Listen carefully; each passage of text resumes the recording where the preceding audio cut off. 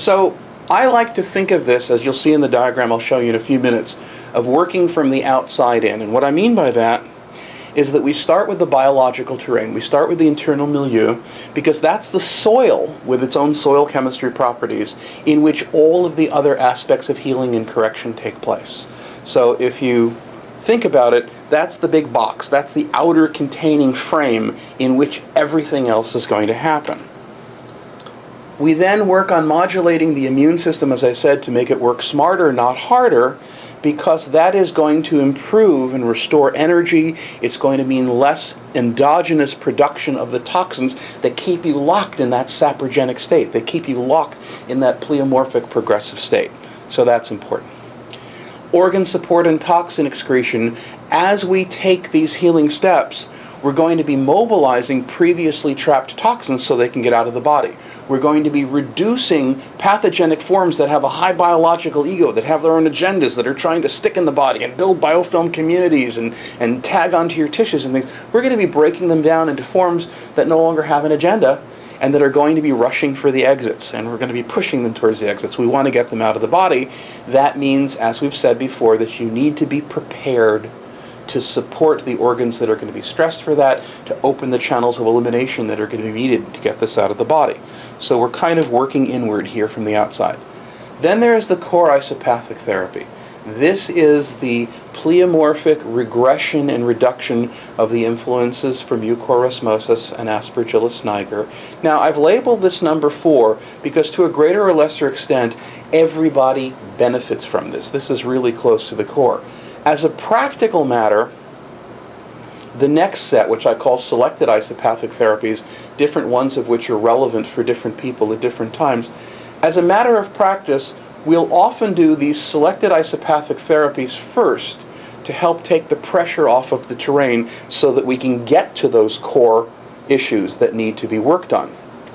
On the other hand, if somebody comes to you and they are presenting, for example, with so much vascular congestion, so much hemostasis, that first of all, they're at real cardiovascular risk, but second of all, it's hard to get oxygen and healing materials and remedies and things distributed through their bodies, sometimes you might want to do a short course of Mucor, a core therapy, to open them up. Or if they have tremendous tissue inflammatory problems or respiratory problems, or just symptomatically they're tremendous joint and connective tissue problems and inflammation, you may do an initial short course of Aspergillus therapy to get them out of crisis so that you can work on the other things. But in general, if you don't have those urgent and pressing concerns, then I would suggest from my experience that you work with the selected other isopathic influences that are important on a case-by-case basis.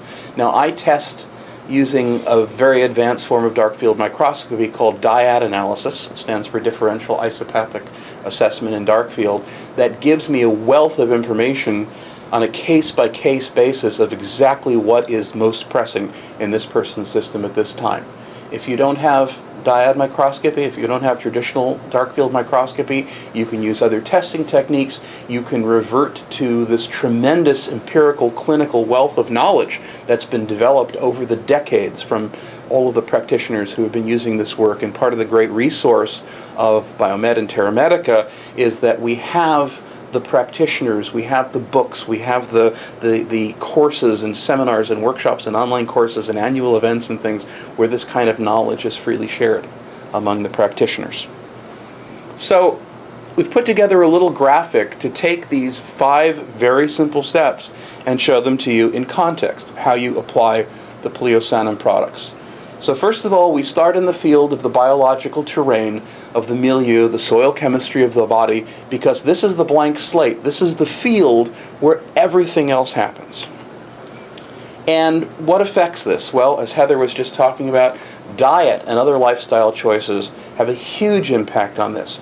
Reducing stress in life has an enormous impact on this. Anything that contributes to reducing inflammation and oxidative damage to the body is a healing thing for this biological milieu. And within the Pliocyanum catalog, the organic acid homocores for lactic acid, for citric acid, formic acid, and then the Alcala formula, which is an alkalizing remedy, all directly work to cleanse out the non-physiological harmful influences in the terrain. We'll go into those more in detail later. Then we said immune system modulation, making the immune system target and focus and work smarter rather than harder. And here the bacterial remedies, the Sanyakils, which are also sometimes called the hapten remedies, because the haptens are those low molecular weight polysaccharides that contain the specific immune system signals. It's very much like the grooves on a key that fit into a lock and allow it to turn. These are the mimics of the signals that ride on the cell walls, the polysaccharides that ride on the cell walls of the pathogens that get set up to make the immune system decoys to cleanse the system and strengthen immune responses. And then the polysans remedies we talked about. And then the various remedies for organ support and toxin elimination. We'll elaborate on those a little bit later. And then here you have your core isopathic therapy with Pleo-Muc and Pleo-Nig.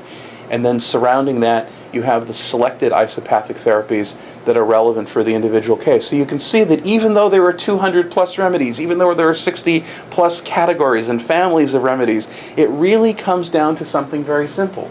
You work on healing the terrain, you focus the immune system, you get the organs and the channels of elimination supported, and then you either work your way inward with renegotiating the ecological contracts by reducing those higher valence, more complex biological, potentially pathogenic forms.